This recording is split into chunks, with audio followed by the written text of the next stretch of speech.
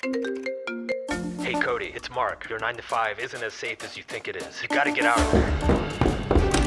Is your 9 to 5 actually keeping you broke? Over the last 10 years, 2 times the amount of people say that they are feeling like their job is not safe. We've already seen hundreds of thousands of layoffs from big companies this year. When I was quitting my 9 to 5, I didn't love the advice that was like, just jump off the cliff already. The question is, how do you manage to keep your job and still have a side hustle? This is so important and where people f*** up royally. And the way that they f*** up is that a lot of people... How do you find your side hustle though? Oddly, I have that right here. 3 steps: proximity, power, and profit. What do I mean by that? Proximity is first, what are you closest to? So if you're in advertising, I want you to think about what is right around your zone of genius, your current business that you do right now in advertising. Next, power. What do I mean by power? What are you uniquely skilled at? What is a superpower that you have? What do 3 friends at least once a month come to you and ask for your advice on? Is that how to organize stuff? Is that how to do Notion? Is that how to sell people on something? Is that just how to stay focused or work really hard? What's your power? And then third is profits. If you're super into gardening, I don't know, might be hard to get something super profitable going here. But if you could teach people how to sell more things, your profit is probably really, really obvious. Proximity, power, profit. That's how you find your side hustle. If right now you do not answer, I love this when you talk about what you do something about it. I can promise you this. I know it sounds extreme, but in 100 years, nobody's gonna be alive who knows you now. Nobody's gonna remember your name, not even your grandkids or great-great-grandkids. And so at this point, the only thing that actually matters is every single breath that you take doing something that you actually want to do. But that said, why is it so important to not just go jump off a cliff immediately? There's a beautiful law of investing called compounding. Your first dollar and every incremental dollar that you invest above and beyond that, when put together and invested continuously, grows faster than you can imagine. Compounding is magic when it comes to making money. Your career compounds. If you jump in and out of the workforce and you leave your job and your lifeline, compounding cannot happen for you. So that's why it's so important that you don't just jump out. You've worked really hard to get to where you are today. You've probably gone to college. You've probably spent hours and hours trying to get one particular job, and then you've spent hundreds or thousands or tens of thousands of hours in that job. Don't let all the compounding go to zero just because somebody on the internet tells you that you should have a C in front of your title, and unless you have CEO as the title, that it's not real. The question is, how do you manage to keep your job and still have a side hustle? This is so important and where people f*** up royally. And the way that they f*** up is that a lot of people end up doing 2 things. They end up being terrible at their job and terrible at their side hustle. It's just like mediocrity all around. And that's not what I want for you. Instead, I want you to do exceptional at your job when you are doing your job, and to do exceptional at your side hustle when you're doing that. How do you do it? You don't multitask. Multitask is the killer of money. You want to have focus during the hours of 9 to 5 or whatever you have to do for your job, hit your specific metrics in your job, and be a high performer in your job. The worst thing that you could have happen is you're a shitty employee, so you get fired. Instead, you want to be so good that when you leave, your boss goes, man, I want to give you your first dollars. That is the right way to do it. A lot of people feel like you don't have time to actually do the side hustle while you're working. I want to tell you the law of 2 hours. 2 hours of dedicated work is worth more than most people's 8 hours. For 2 hours a day, every day, you focus on your side hustle, I can almost guarantee you that you're doing more than most people's 8 hours of work. The beautiful word is the F word, focus. You're very dangerous when you use it. So you don't need 24 hours in a day to do a side hustle. You just need focus. Do the thing now. My friend Noah has this line, now, not how. Here's the truth. If you are not currently doing whatever that thing is inside of you, spoiler, you're not going to do it when you quit. You're not just going to do something that you aren't doing now for free because you have some ability to get paid for it. Do whatever that thing is that you think is your next big step in this moment, in the hours, not inside 9 to 5. That's the secret that nobody wants to tell you. In fact, I was telling my husband this when he was trying to figure out what he wanted to do next. I'm like, what do you spend your time on in this moment right now? What are you doing even when nobody's watching and nobody will pay you? Because that has some little breadcrumb of truth to the thing that you should actually be doing. But don't kid yourself. I told him, I was like, babe, if you're not doing it right now, you're not going to do it later. Just because you quit your job doesn't mean you're going to be able to magically have all of these hours. You will fill it up with extra things. So make sure that right now you already have the habit of doing nothing. What's something that you can start that doesn't cost a ton of money, that you don't have to get permission for, where you can experiment and learn for really, really cheap, and it allows you to show yourself, are you willing to do the work or not? Because wouldn't that be awful if you quit your job where you're actually making a bunch of money because you think you want to do this thing, and then you go to do the thing and realize you actually hate it? Test drive before you buy.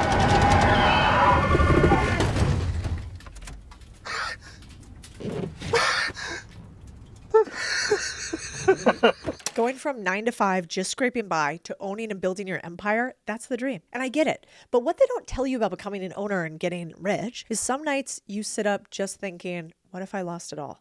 And those thoughts are why I got my first life insurance policy at 25 when I worked in finance.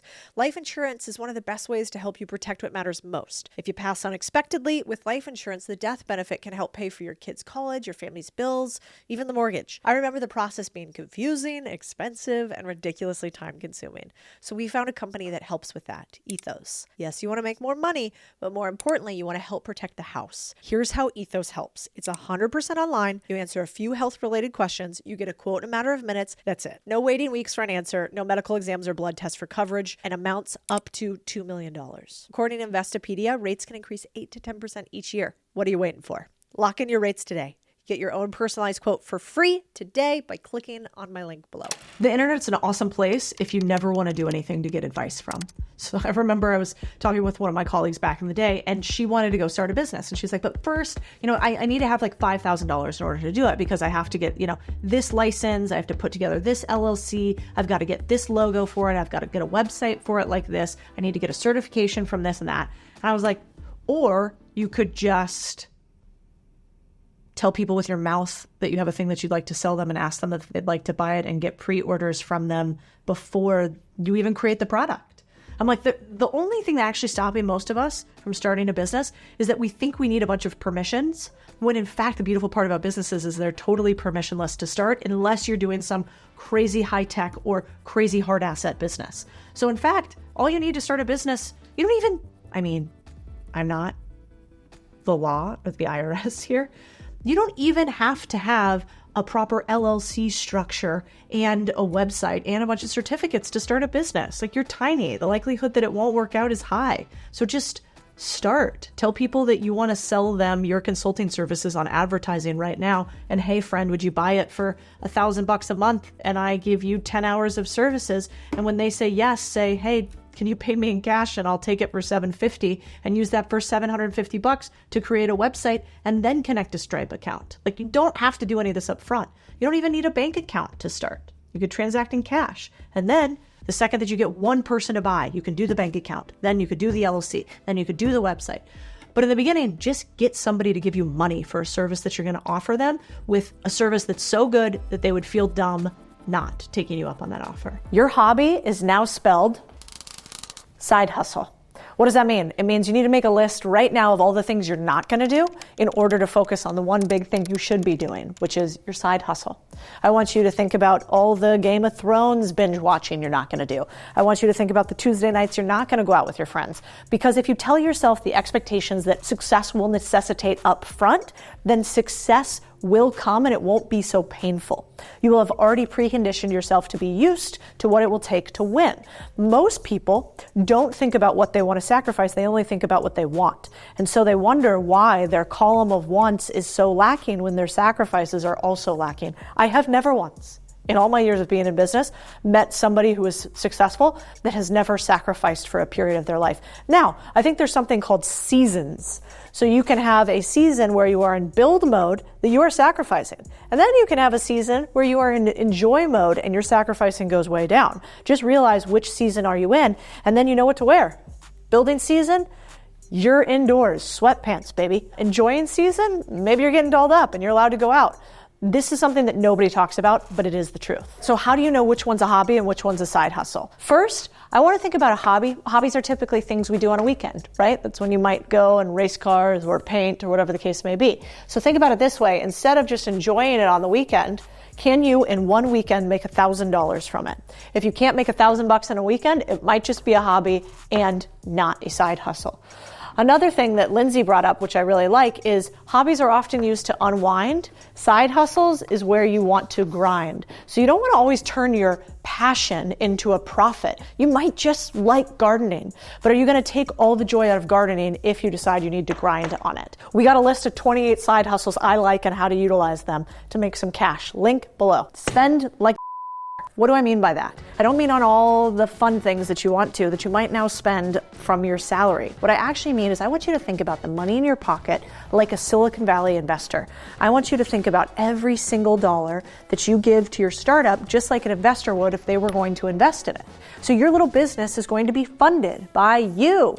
And that funding is going to mean that you track that bad boy. I want you to have what's called a P&L, a profit and loss statement, in which you say every single dollar that you put into the business, every single dollar that you make in the business, and then you figure out at the end of the day, is there money left on the table between the money that you spend and the money that you make? Even before you have a real business, this is a thing that a lot of people don't realize and why most startups and small businesses don't make money for the first 3 to 4 years. The problem is that a lot of us don't realize what we're spending in our business as opposed to what is coming out of the business.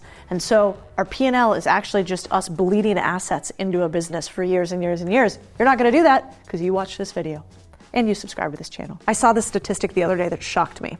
And the statistic was that most small businesses that are startups never sell $1 worth of services. Really? You guys don't have one friend you could ask to buy something from you? I gotta get some friends. And the reason why is the biggest mistake that I see people make when they are side hustling their way to a business. And that is asking friends for money. Asking people to pay you things for the services or the products that you provide. You are not, as CEO of your own little small business, really CEO. You are Chief Sales Officer. You are CSO.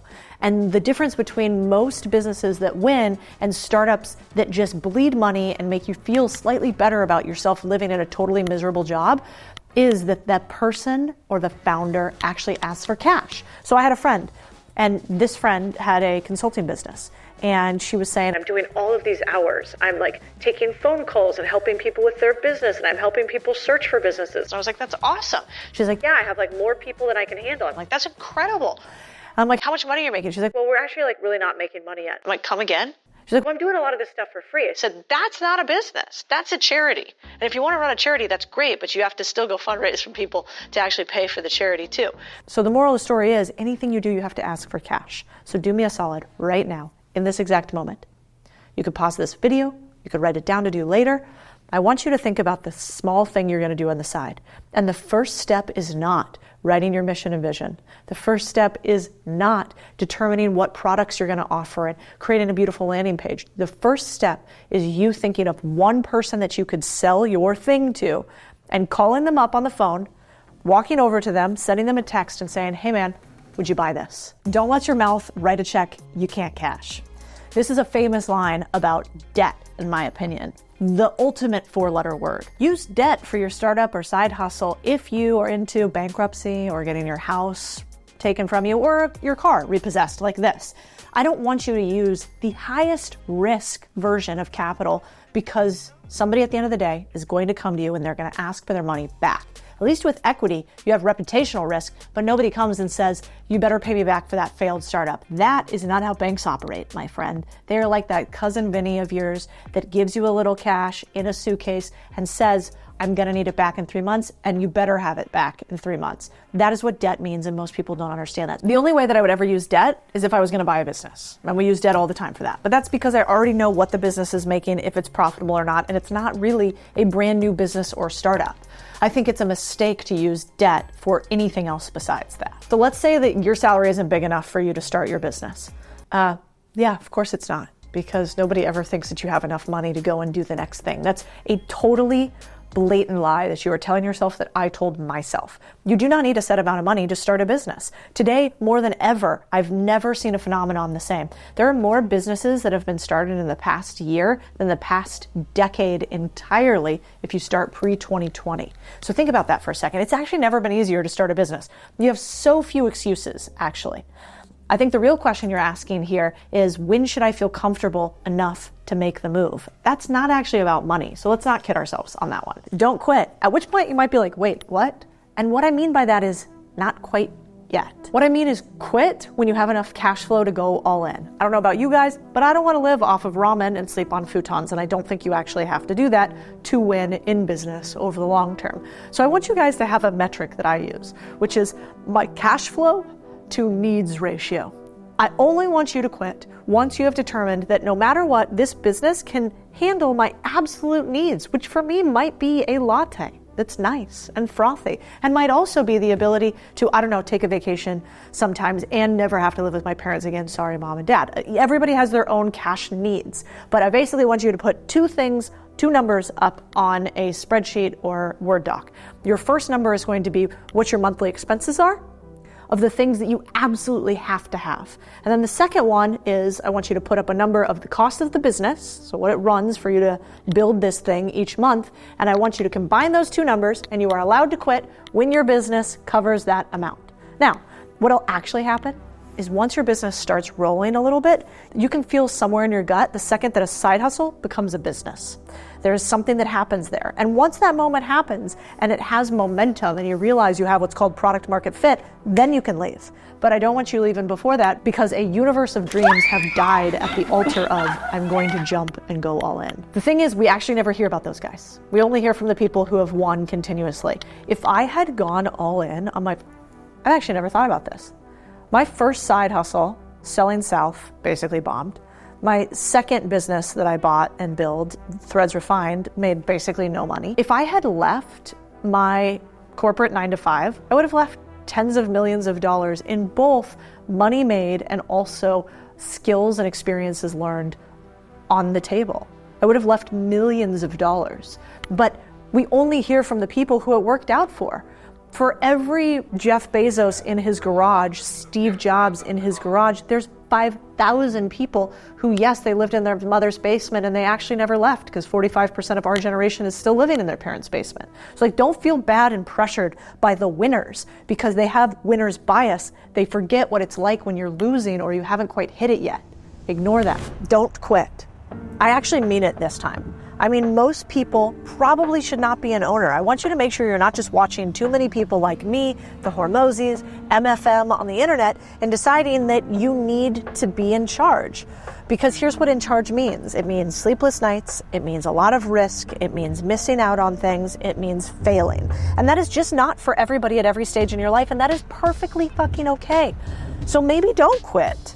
And unless you feel that deep need inside of your gut to do your own thing no matter what, it's pretty painful. So be careful what you wish for. Because honestly, jobs are kind of awesome. I had one for 15 years. I got to leave all my work at the table. If anything was going on, if anybody was getting sued, it wasn't me. I was just there kind of raking in a paycheck and complaining when it wasn't big enough. Unless you're an accountant. If you're an accountant, just categorically quit. Accounting is the worst.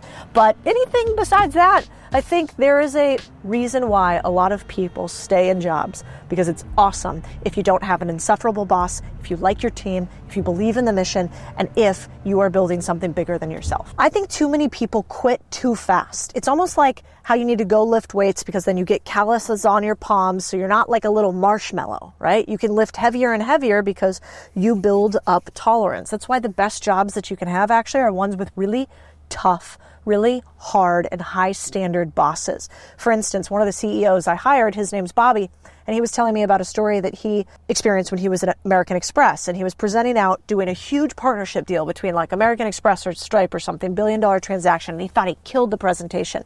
And his boss, when they went out of the room, said, "You really f***ed up that deal." And he was like, "What are you talking about?"